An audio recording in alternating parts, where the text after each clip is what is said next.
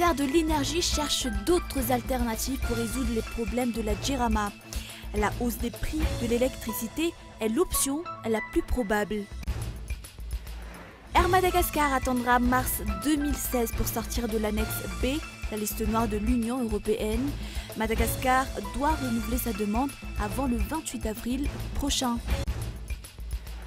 Et enfin, un policier blanc a été arrêté et inculpé de meurtre à North Charleston, en Caroline du Sud, après avoir tiré 8 fois sur un homme noir non armé. Les faits se sont déroulés ce samedi et ont été filmés par un vidéo amateur.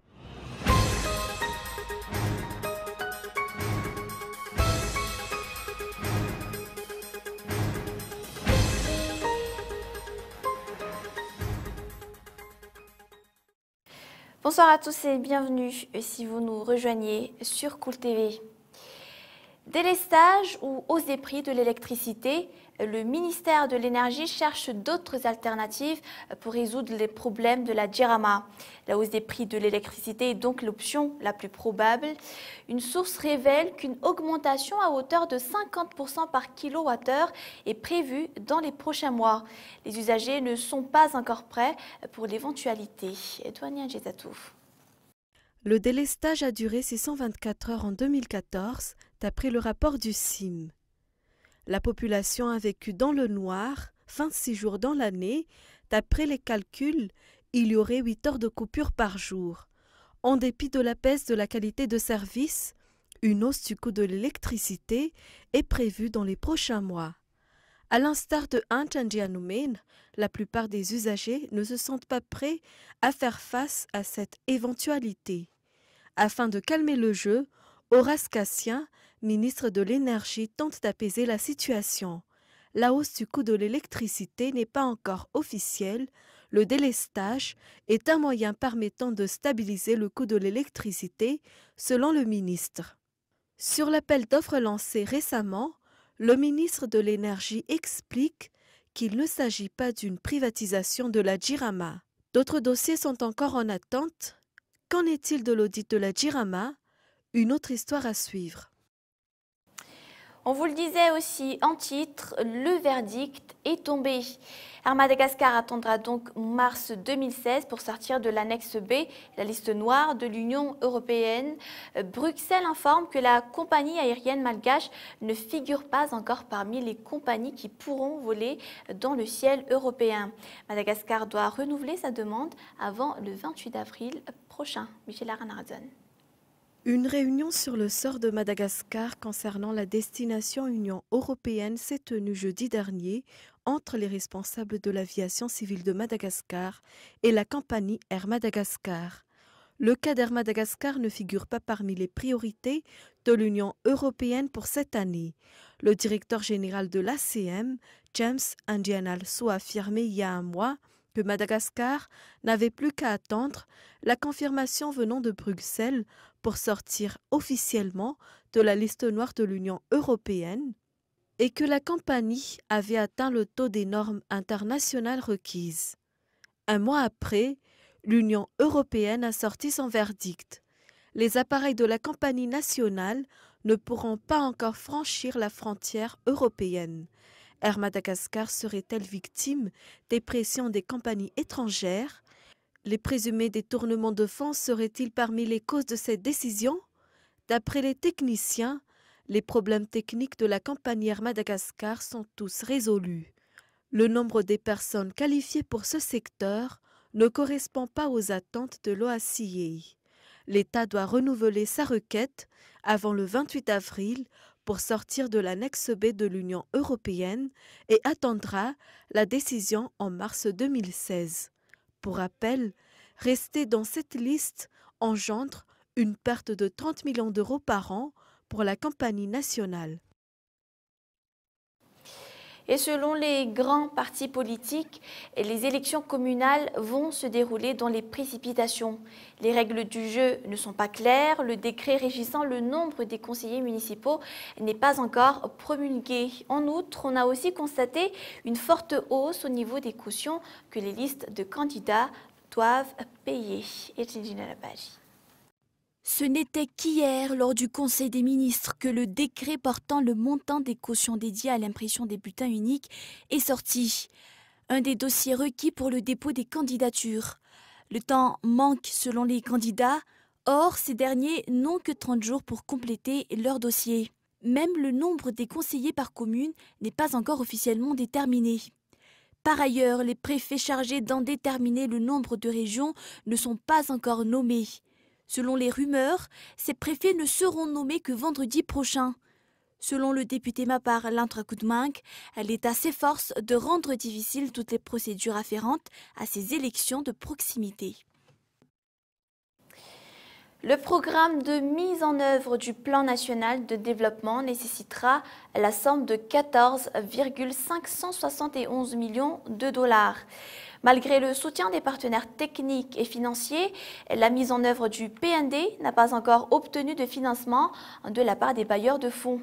Le lancement officiel de l'atelier d'élaboration du PND a été ouvert ce jour au CCI Ivat. D'un autre côté, un remaniement serait probable après les 100 jours donnés par le Premier ministre Ravel Narif. Reportage. Un remaniement se fera probablement après les 100 jours donnés par le Premier ministre aux différents ministres. Un mois et 13 jours exactement, l'évaluation des ministres se poursuit, affirme le Premier ministre Jean Ravel Narif. Les résultats de l'évaluation seront alors connus le 26 mai prochain. D'après les informations, les nouveaux ministres se distinguent par rapport aux ministres rescapés du gouvernement Cool-Roger. Sinon, le programme de mise en œuvre du plan national de développement nécessitera la somme de 14,571 millions de dollars, mais ce programme n'a pas encore bénéficié de financement de la part des bailleurs de fonds. L'atelier d'élaboration du PND 2015-2019 a été lancé officiellement ce jour au CCI Ivat et ne prendra fin qu'au 16 avril prochain. Les dettes du service autonome de maintenance de la ville d'Antananarivo, Samva, s'élèvent à 441 millions d'ariari. C'est le montant total des prestations des camions bennes et des créances dues aux distributions des carburants. Le règlement de ces dettes est un des gros problèmes actuels du Samva. Ils attendent le nouveau directeur général, puis la passation de service s'est effectuée aujourd'hui. Olivier Vincignal. Les financements du SAMVA sont attendus les prochaines semaines, d'après le directeur général sortant, Rassoar Marma Karoui. Cette structure dispose actuellement d'une enveloppe de 181 millions d'ariari. Un montant de 289 millions d'ariari est prévu affecté dans la caisse du SAMVA pour la collecte des ordures.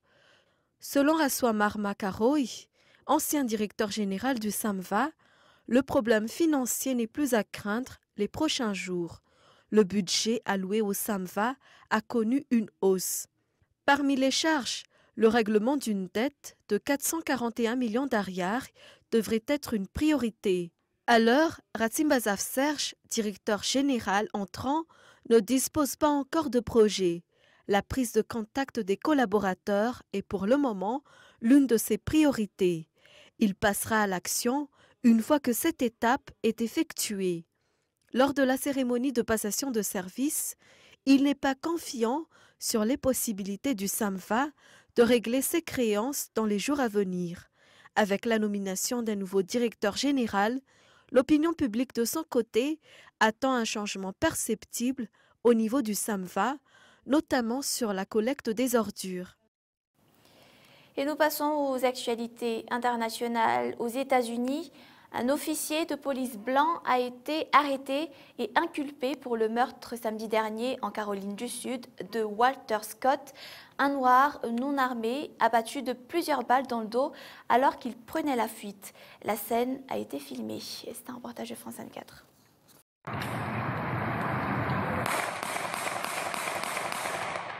Une vidéo amateur qui accuse. Le policier tire à 8 reprises dans le dos de cet homme en fuite et non armé. Ce dernier meurt quelques instants plus tard. Ces images contredisent la version officielle du policier. Il indiquait dans son rapport avoir agi en légitime défense. Que se serait-il passé sans cette vidéo, sans ce témoin ou celui que j'appelle ce héros venu témoigner à la police? Tout cela ne se serait pas produit. Le policier a dit que M. Scott l'avait attaqué en essayant de prendre son taser pour l'utiliser contre lui. Mais quelqu'un était là en train de regarder. Et le rapport s'est avéré faux. Il s'agissait au début d'un banal contrôle routier. Thomas Slager, le policier, arrête la voiture de Walter Scott. Le ton serait alors monté. L'agent de police a été incarcéré. Les charges retenues contre lui sont très lourdes. Il sera jugé pour meurtre. Ce n'est pas quelque chose qu'on aime entendre ou qu'on aime dire. Mais cela montre comment fonctionne notre communauté. Lorsque vous êtes en tort, vous êtes en tort. En cas de condamnation, Thomas Slager encourt jusqu'à la peine de mort. Et voilà, au 13e jour de l'opération de bombardement du Yémen par une coalition menée par l'Arabie Saoudite, la situation humanitaire s'aggrave d'heure en heure dans le pays. Malgré le feu vert saoudien, le Comité international de la Croix-Rouge peine à faire venir de l'aide à la population yéménite qui, outre les bombardements, subit les combats entre les rebelles chiites et les partisans du président Hadi. France 24. La scène est filmée par un vidéaste amateur. Sous les tirs d'armes automatiques, un homme tente de se mettre à l'abri. Blessé à la jambe, il doit ramper. Un autre milicien l'aide et finit par le traîner en lieu sûr. Une scène de combat parmi tant d'autres depuis 2 semaines à Aden, la grande ville du sud du Yémen. Des partisans du président Mansour Hadi affrontent violemment la rébellion chiite à l'offensive. Dans les hôpitaux de la région, les cadavres et les blessés affluent par dizaines, mais les médecins manquent de tout. Nous avons besoin de beaucoup de choses. Nous manquons de chirurgiens et de médecins spécialistes. Les gens sont en train de mourir faute de traitement. Nous avons aussi besoin de médicaments et d'infirmiers. La situation est vraiment catastrophique. Un sentiment partagé par la Croix-Rouge, toujours présente à Sanaa, la capitale. L'organisation espère recevoir dans la journée plus de 16 tonnes de médicaments et de matériel. Mais il faudra ensuite pouvoir acheminer l'aide humanitaire. Une opération très compliquée dans les zones de combat. Et voilà, c'est l'heure du rappel des points de ce journal. Délestage ou hausse des prix de l'électricité, le ministère de l'Énergie cherche d'autres alternatives pour résoudre les problèmes de la Djerama. La hausse des prix est donc l'option la plus probable. Le verdict aussi est tombé. Air Madagascar attendra mars 2016 pour sortir de l'annexe B, la liste noire de l'Union européenne. Madagascar doit renouveler sa demande avant le 28 avril prochain. Et enfin, les dettes du service autonome de maintenance de la ville d'Antananarivo-Samba s'élèvent à 441 millions d'ariars. C'est le montant total des prestations des camions-bennes et des créances dues aux distributions des carburants. Voilà pour ce point de l'actualité. Alors, il n'y a pas que nous qui avons chaud ces temps-ci avec cette chaleur de plomb. Les oies et les oiseaux aussi réclament un peu de fraîcheur. Voyez par vous-même. Merci d'être resté avec nous, d'être fidèle au journal de Cool TV. On se retrouve demain à partir de 21h15. Au revoir.